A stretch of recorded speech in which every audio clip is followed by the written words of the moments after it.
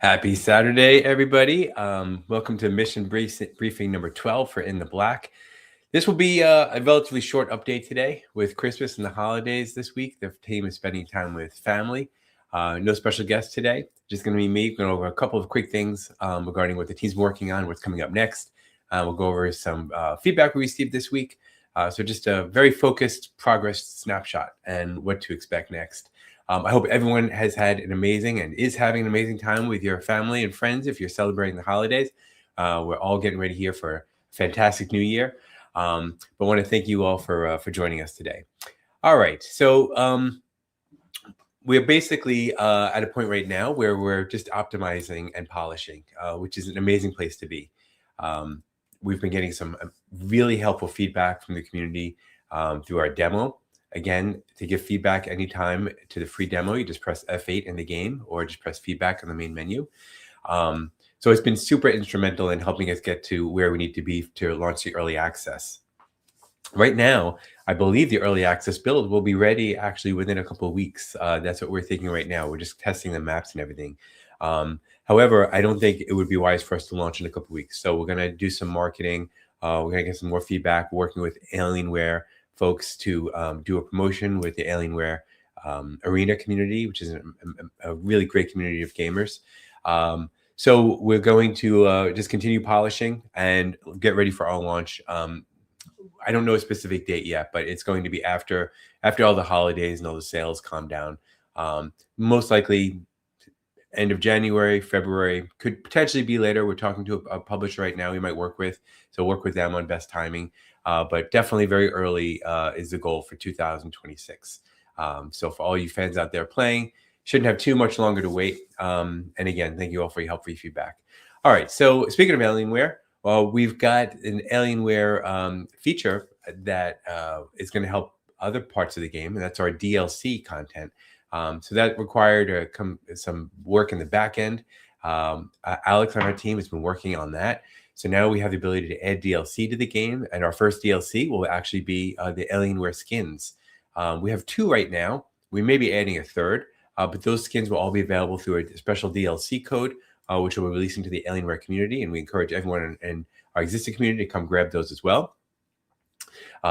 It can be, right now we can test it with people in the demo also. So you might get a ping with us to see if you want to help test it to make sure it's activated correctly. We also did fix, there was some reports of a crash on exit that was identified. We did address that, so that's currently fixed. The camera fade was also flagged and queued to be re-added. That will land shortly in an update after the holiday break, so it's going to look a little nicer. Regarding eye tracking, super exciting. Natural Emotions Track IR was integrated very nicely, and now the team, especially Alex, has been working on Tobii eye tracking integration. And as we've been talking about last couple live streams, this integration is going very, very well. We had some initial connection issues, but those were resolved fairly quickly. Some input smoothing was added to eliminate frame-to-frame disconnect jitter, and a phantom Tobii device bug we were getting was also fixed. So head tracking now feels really solid. We have one remaining issue around recentering when the head translation is enabled. That should be addressed also fairly soon. And we also have a new recenter action that was added, which is defaulted to the home key. That's to reset the position and rotation to the pilot's head origin. And as I mentioned, Track IR continues to work correctly and remains a very stable fallback for anyone who wants eye tracking. So bottom line, the foundation is now in place. Final tuning and polish will continue next week. Speaking of next week, after the holidays and the new year, we're going to again fix the camera fade restoration, final Tobii recenter fixes, and continued input smoothing and polish. Any questions along the way, feel free to, while we are in this for a few minutes today, pop in your questions in the chat. I'll be happy to take any of them I can. If I can't answer them, I'll get back to you on Discord. Okay, so let me see. One thing I did want to go over is some feedback we got in the past week from players. So we have missile behavior feedback. Multiple players reported missiles tracking current position instead of leading the target, which can create unintuitive outcomes during perpendicular or high lateral maneuvers. So thank you for reporting this. Nice video was submitted. That was super helpful for us seeing it. We're still discussing some ideas there and what makes sense, if anything. to try to improve that. But the discussion confirms basically intercept-based behavior, especially when you're dealing with Newtonian flight. Anyway, so I think the team is discussing bullet leading code being updated, but I think the guns should now significantly be more effective against missiles. And missile guidance, like I said, remains under review. We also got reports of enemy waves failing to spawn in trial mode. So we did confirm that via multiple feedback submissions. It's a bug, not intended behavior, so we'll definitely prioritize that as a bug fix. We also got feedback on the feedback submission itself, the window, which closes when pressing the home key during text editing. So that caused at least one player to nearly abandon feedback entirely. So I apologize about that. We'll fix that. But it's notable because the home key is also now bound as a recenter key for head tracking. So we'll have to fix that. We also got some feedback on difficulty and onboarding. One very detailed report from a player coming from Elite Dangerous shared that they appreciate that the flight model and the mouse and the mouse keyboard feel. They found that the learning curve kind of steep without more structured difficulty progression. 1v1 scenarios felt manageable, and the multi-ship engagements felt overwhelming. We requested more granular difficulty scaling at the scenario level and not just global flight assists. That's super helpful and definitely aligned with prior feedback observations about audience split between sim experienced pilots and newcomers. We've been obviously working on these tutorials we've been talking about many times in this live stream. Continue to add and improve those. We also got flight and systems feedback from another player who generally described the flight and systems very solid. They did have requests for a boost mechanic, but with some kind of trade-off that makes sense. And they wanted to see less aggressive weapon damage to subsystems to keep pilots in the flight longer. That's interesting feedback. So we'll have to take a look at that. And broader tracking hardware support awareness. We got feedback that the track IR is positively working. So that's good. Overall sentiment, though, strong respect for the core flight model and the ambition of what the team's going for. And the player in this case wanted a definitely better interception logic, cleaner early integration ramps, early gameplay ramps, I should say, and fewer friction points that block feedback or learning. So that basically wraps up all the player feedback. Let me take a look at the chat and see if we got any questions here. Hello, Chemical37 from YouTube. Nice to see you. Thanks for joining us.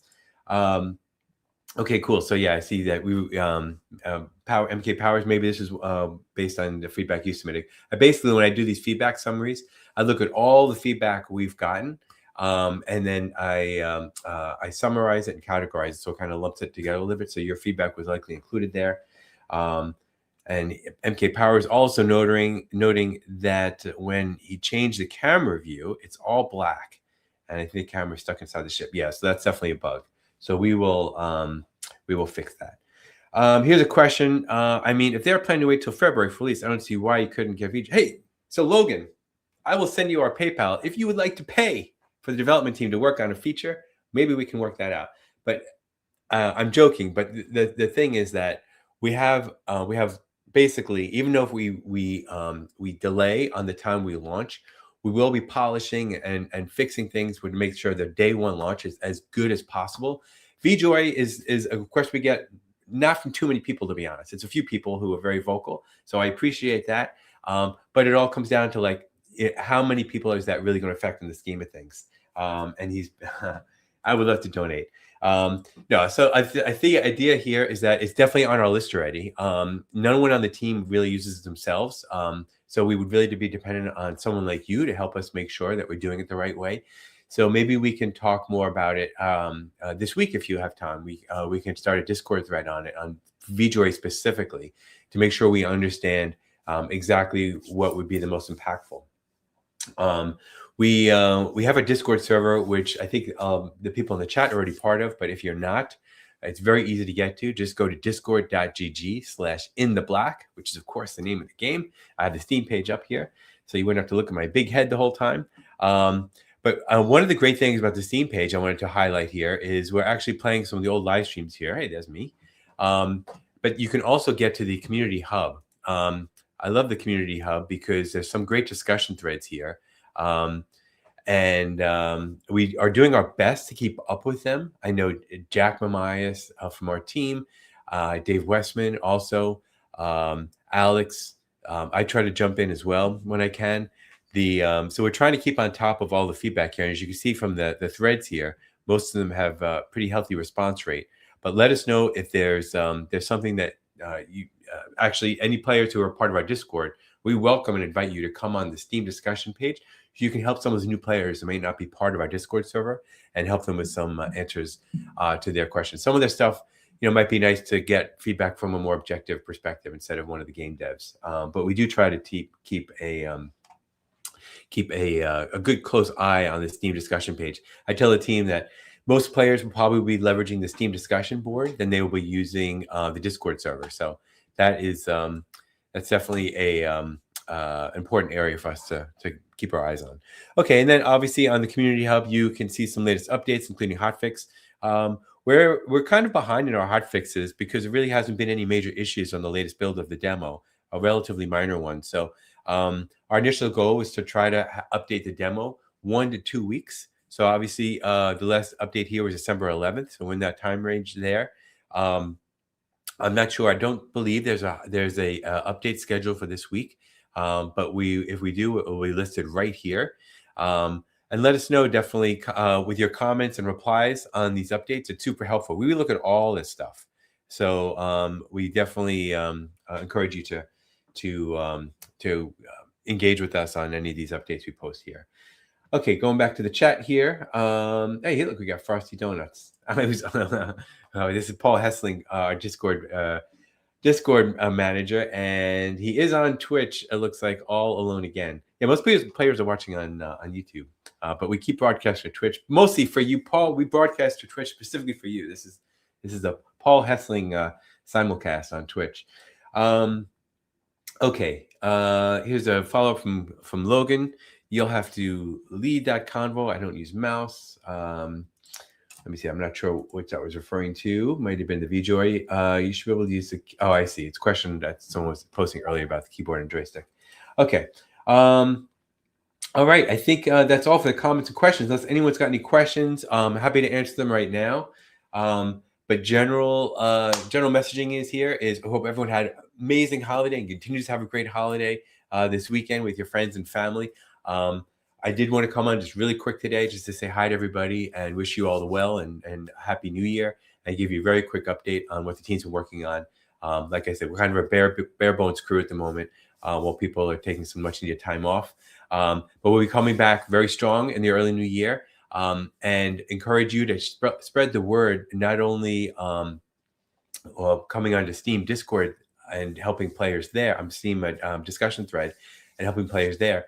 But there are some great subreddits that would be fantastic if our players, if you are on Reddit a lot, if you would want to share the news of In the Black, because we have that free demo that's currently available right now, and would love to see as much feedback as possible. It'll really help make the early access launch as strong as can be. So help spread the word. That's where you can be the most helpful. Dave Westman, here he is saying hello. He's actually at a LAN party right now, I think. That's what he shared earlier, and he was going to try to get them to install In the Black. We'll see if he was successful. But hey, Dave, thanks for tuning in. And as he says, he'll be back next week. Nice happy holiday note from MK Powers. Amazing. Also from Dave Westman. So hope everyone has a great rest of the weekend. I'll see you on Discord. We'll see you on the Steam discussion thread. Thank you, everyone, for joining us. Until next time, we'll be back next week. So anyway, have a great holiday and Happy New Year. Take care.